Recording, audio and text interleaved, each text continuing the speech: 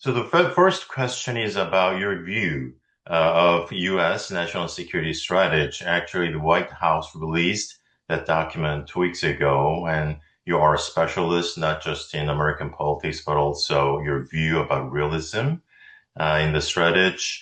The document says they will pursue flexible realism, more pragmatic and more flexible. But it may sound like President Trump is continue to pursue a transactional approach, which is not very conventional if you look at the history of U.S. foreign policy. So, what's your view about President Trump's approach to foreign policy and that so-called flexible realism? Well, I would be very reluctant to attach the phrase realism to the Trump administration and to the national security strategy. I don't see the realism in it. I think that when members of the administration use the word realism, they sort of think of it as a synonym for we're really tough guys, or the world is a dangerous place, or we're not afraid to, use force and stuff like that. But in terms of the kind of discipline of realism is understanding how the world works or following policy ideas that might flow from realist principles. I don't think these folks are very well tutored in those ideas. I just think they like the sound of that word. I also don't really have much kind to say about the national security strategy itself. Strategy implies interaction. I do something in anticipation that others will do something else. If you look at this document, it's more like this is what we're going to do. This is what we're going to do. This is what we want. And there's not a lot of thinking about what the implications of those things might be. So it's not really, it's oddly named to even call it a strategy. It's more of a proclamation or kind of a list of preferences. And in that sense, it's not very coherent. When I read it, I see within paragraphs themselves the administration saying one thing in one sentence and something that sounds very different in another sentence. So it's a confused and tangled document. However, we can glean some very significant things from it. The document is very, very focused on the Western Hemisphere and Latin America. And that, if there's one takeaway from this document, it must be that this administration views dominating the Western Hemisphere as job one, and it will therefore devote more resources to that. And what that must mean is that if it's going to devote more resources to that, it will devote less resources to other things. Now, I think it's a very curious and even 19th century view of the world to spend so much time focused on Latin and South America. But that is, if there's one clearly understandable, identifiable thing in this very muddled document, it is that Latin America is priority number one. And so I think the world really needs to attend to that. And the other thing is a little odder, which is a fixation on the Middle East, especially the Persian Gulf region. And here's where I think the document is a little self-contradictory. The document notes correctly that Persian Gulf oil is much less important to the U.S. than it was, say, 50 years ago, and that the U.S. has so-called energy independence, that the U.S. is a major player in energy production. I think they even call it like U.S. energy domination, the document boasts, and it is a very boastful document. And so they say Persian Gulf, less important than it was before. We're an oil kind of superpower. And yet, at the same time, they kind of double down on U.S. security commitments to the Persian Gulf. Whereas if, most realists, if you want to use the word realism again, trying to assess the balance of kind of threats and dangers and opportunities and resources of the United States, the Persian Gulf region is probably a place where they would peel back from. And yet I would list the Persian Gulf as number two on the national security strategy. And it is puzzling, although it's not as puzzling if you think about the extent to which the Americans are currently ruled by something of a personalist regime. And so we may not be really thinking of this as a national security strategy, but it also has elements of what is good for the ruling clan, what might enrich the ruling clan, and the ruling clan wants to do a lot of business in the Persian Gulf region, and that might more than national security strategy might explain the current American disposition towards security guarantees in the Persian Gulf than some kind of coherent articulation of what the principal areas of importance are to the United States as a whole. So again, I think it's a very confused document. I think it is a document that is not sensitive to the concept of strategy, but we can glean some things from it. The emphasis on the Western Hemisphere, the still attention to the Middle East, and strangely, I think, it craves to settle the Ukraine war, presumably on Russia's terms. And that is a rather dramatic about face of United States policy and of what we would traditionally think of as in the best interests of the United States. I think those are the three principal takeaways from this document that, again, I think is not one that lends itself to sophisticated analysis by an outsider. Yeah, those are very insightful criticisms. So let me ask about Western Hemisphere. So from the outsider's view in Asia, the mentioning of Monroe doctrine, which I thought it was, 1823 or something, but Trump revived the doctrine in the term of Trump Corollary of, Monroe doctrine, which it's a political statement, but I think it underestimates the sovereign rights of Latin American countries. So in this 21st century, it's a little bit, outdated and probably with the effect of inviting other great powers to establish their own sphere of influence, which is not very good. Actually, the opposite to the liberal international order. So what is the origin of this thinking in the current times in the U.S.?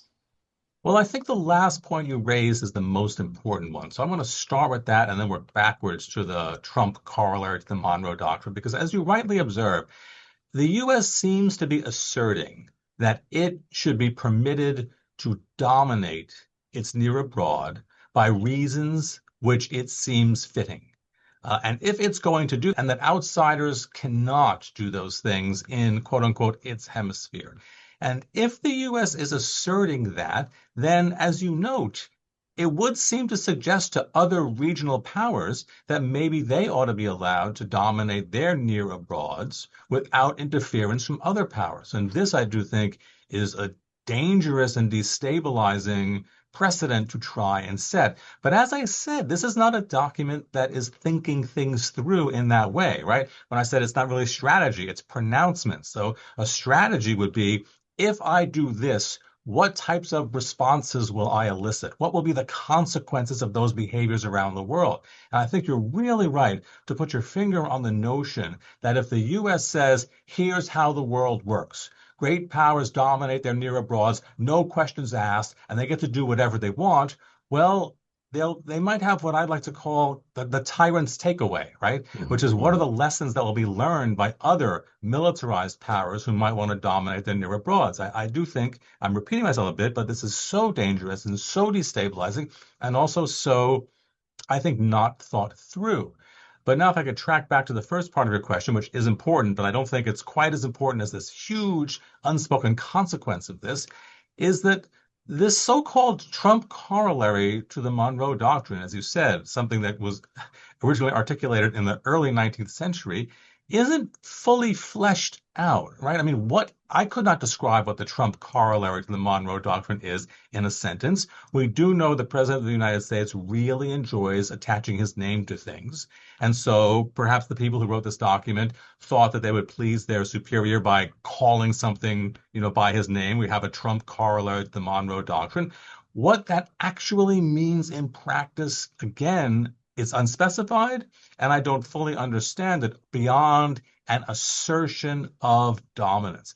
But with regard to South America, again, I want to dive into the inherent contradictions of this, because if there is an anxiety that drives part of this, right? First, there's a kind of will to dominate, right? This is our space. We will dominate it. Why? Because we're tough guys, and that's what tough guys do.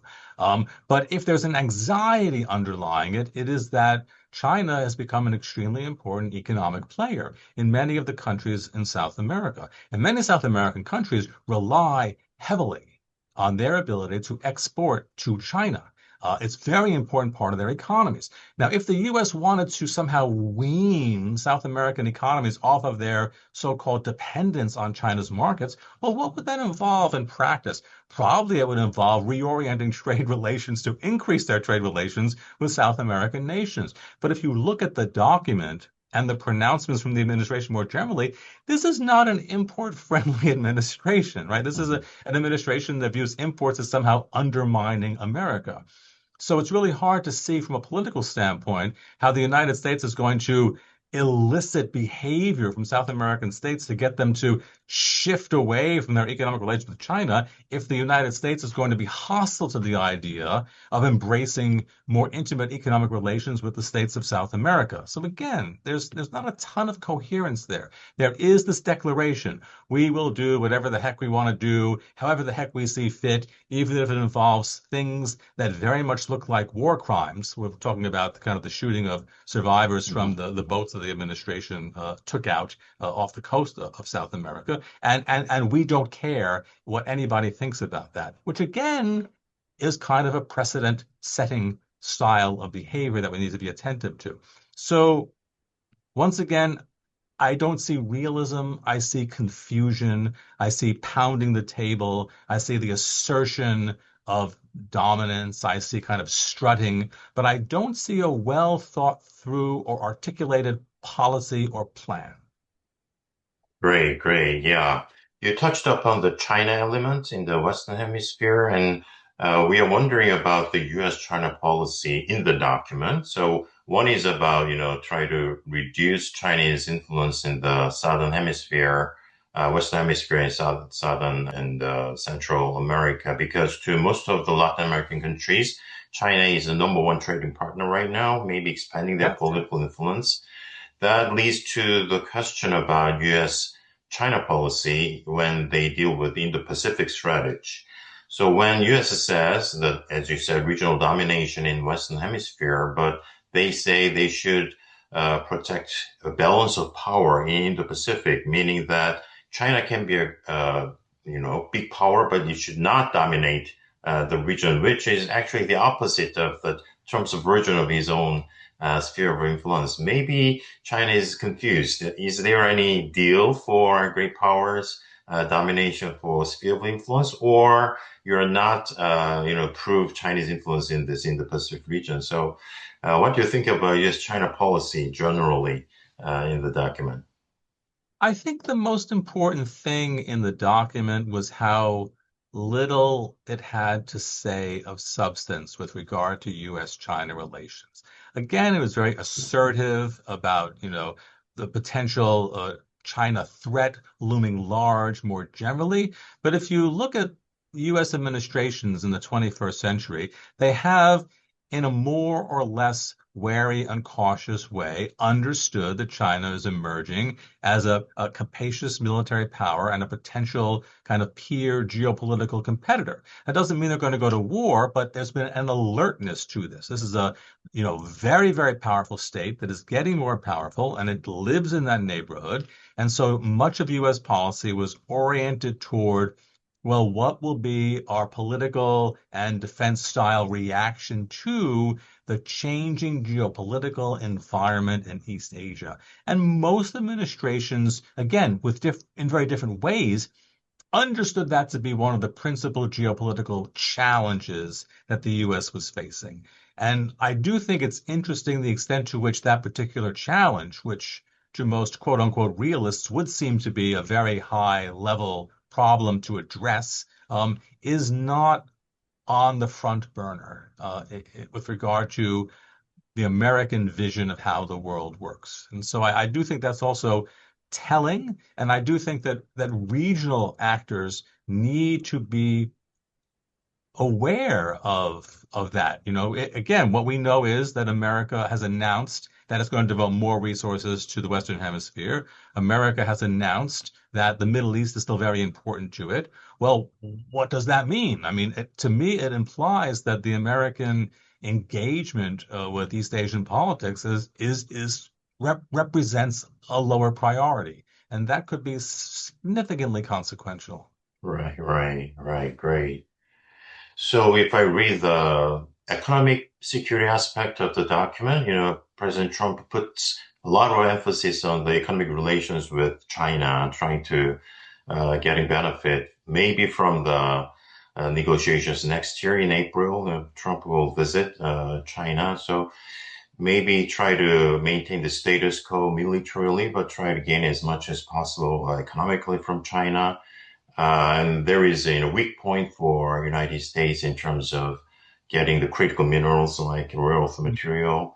And President Trump should revive the American economy before the midterm election. So maybe this is exaggeration, but the document is more about next year before the election rather than the long term. As you said, it's very confusing.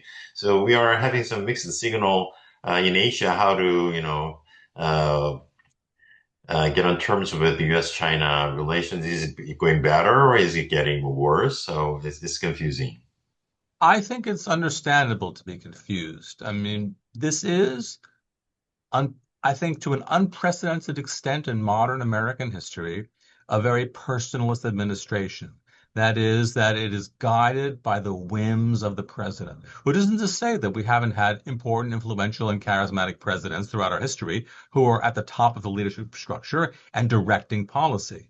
But this president is more mercurial than most American presidents have been, and also trusts his own instincts more than I think any other president really has. And also, again, changes his mind a lot about things. This is not what you would call kind of a deep strategic thinker. I mean, I don't mean to say that in a partisan way. I was never, or I spent a lot of my career criticizing President Nixon. He was not a president who I admired as a person or as a president, but President Nixon was a deep strategic thinker. He had a savvy command of world geopolitics. He understood what he was trying to accomplish, and he took logical measures to pursue the policies that he wished to pursue. I tended not to agree with those policies, but as a thinker, he was smart and farsighted and understood how the world works. I would apply none of those things to President Trump, who does at the same time, however, have an extraordinarily confident sense of his ability to do those things. But part of those things involves turning on a dime with regard to many basic foreign policy questions. And if I were countries abroad trying to figure out how to deal with that, I would be a little concerned. I mean, we can see many diplomats choosing the strategy flattery. That they meet with the president and say nice things about him. And he seems to really enjoy that. And it puts him in a good mood for a while. What the half-life is on that, I'm not sure or confident. But it is the strategy that many diplomats have embraced. And it does, in the moment, seem to work. Again, how that translates into understanding the American strategic posture globally, I'm not as confident about. Right. Well, speaking of Nixon, there was a, big concern in South Korea when he declared the so-called bomb doctrine in 1969. You have to take care of your own security, Asian security by Asians. So now President Trump's idea have give us a big concern for South Korea. We are dealing with North Korean nuclear threats, rising China. So last question is, what's your advice for the East Asian allies in dealing with the situation, which is very, uncertain in terms of the future security? So can we rely on the U.S. commitment to, in East Asia, especially nuclear extended deterrence, which is critical to South Korea, and also in the relations with China? Well, I'm a little cautious about being in the advice business, but I'm happy to be in the analysis business. I mean, the U.S. has, a security relationship with South Korea that is intimate and deep. And it would be no small thing for the U.S. to change that relationship. But on the other hand, were I making decisions about foreign policy in East Asia, in a country that historically had warm relations with the United States, I would feel required to assess my confidence in whether or not the U.S. would sustain those relationships over time. When push comes to shove, would they be there? And I'm not saying that as an analyst that the U.S. is clearly going to abandon traditional allies. I'm saying as an analyst, traditional allies must entertain that possibility to a much greater extent than they ever did before. We've discussed the fact that, Trump is very transactionalist in his thinking. Alliances aren't really about transactions, right? Alliances are about shared sensibilities and partnerships and long-term relationships, and you can't really count how much I'm benefiting from it on one day or another, but rather it's a vision of whether I think the world is a better place for me and my partners if these security arrangements are sustained or not. And again, that type of far-sighted thinking about trying to shape the world and create an environment that is conducive to the interests both of the United States and its partners, does not strike me as the way this administration thinks about things. And so again, I'm not in the prediction business. I would never say something like the U.S. is going to abandon this ally or something like that. But I would say that the U.S. is posturing as a country that is a less dependable ally than it has been in the past. And if I can take a little of the heat out of this in terms of Korea, I think this is certainly true in Europe. If I was a European leader and I said, if I get into trouble, are my American friends going to have my back? I wouldn't have the same level of confidence about that I would have, over the past, say, 75 years. And that's just something that all countries have to make assessments about. And I do think that those assessments will generally be more significant at the political level than the military level. Because most of the time, most countries aren't at war. But most of the time, most countries have to make decisions about how they will orient their political behavior. And so what I think we're likely to see is a hedging, a recalibration of political behavior by the part of states all over the world, outside of the Persian Gulf region perhaps, to say, I need to rethink whether I need to shift my behavior in case of the possibility that the Americans, to use an American colloquialism, decide to just suddenly pick up their marbles and go home. Because that is on the table in a way that I don't think it has been in the past. Yeah, the really last question. I really want to ask one more question. Theoretically, when we look back on 30 years unipolarity, I think that one single country, even though it's really powerful like United States, will have some limits in leading the liberal international order because there are so much increasing demand for international collective goods like security arrangements, the role as a last resorter of the open international economy. So for the last 30 years, the U.S. has too many things as a burden. So even though President Trump is transactional, I think that there should have been more transactions between U.S. and alliances to share the burdens in advance, but we failed to do that. We just, let U.S. deal with all the difficult problems. So after we adjust this kind of, burden sharing or, the division of authority or responsibility between U.S. and alliances like South Korea. So there is some mood in South Korea, even though we are entertaining President Trump, but we are adjusting our roles with more responsibility because if we want to maintain the liberal international order, we should step up. We understand that. So the hope is that, as you said, you are not in a prediction business, but after Trump is gone, there might be some, assurance in the U.S. that the allies will step up and it will help us. So we can be more global with a little bit more, engagement with the global affairs. Do you think that kind of, swinging back of U.S. policy can be materialized? Well, I think it is a healthy thing.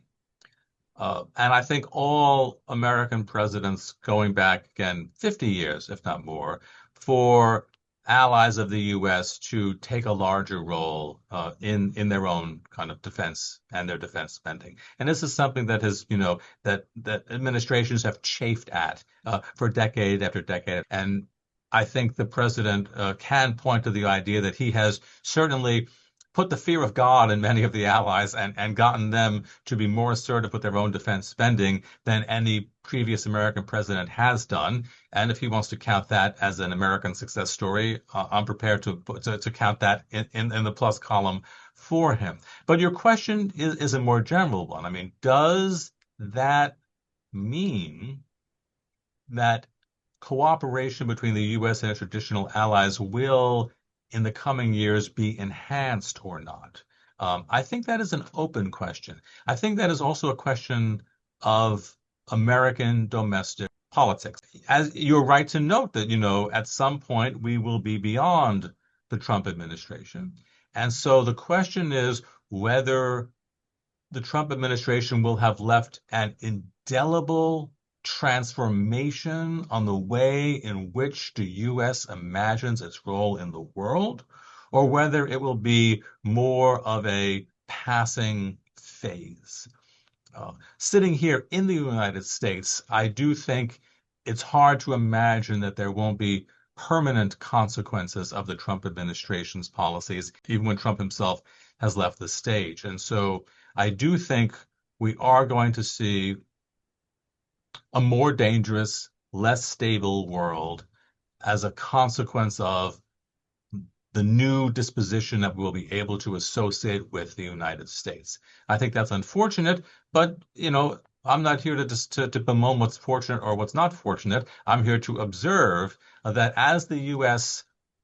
withdraws from the world scene, and as the U.S. becomes, again, very transactional in its attitude about the rest of the world, and in many ways, extractive, bullying,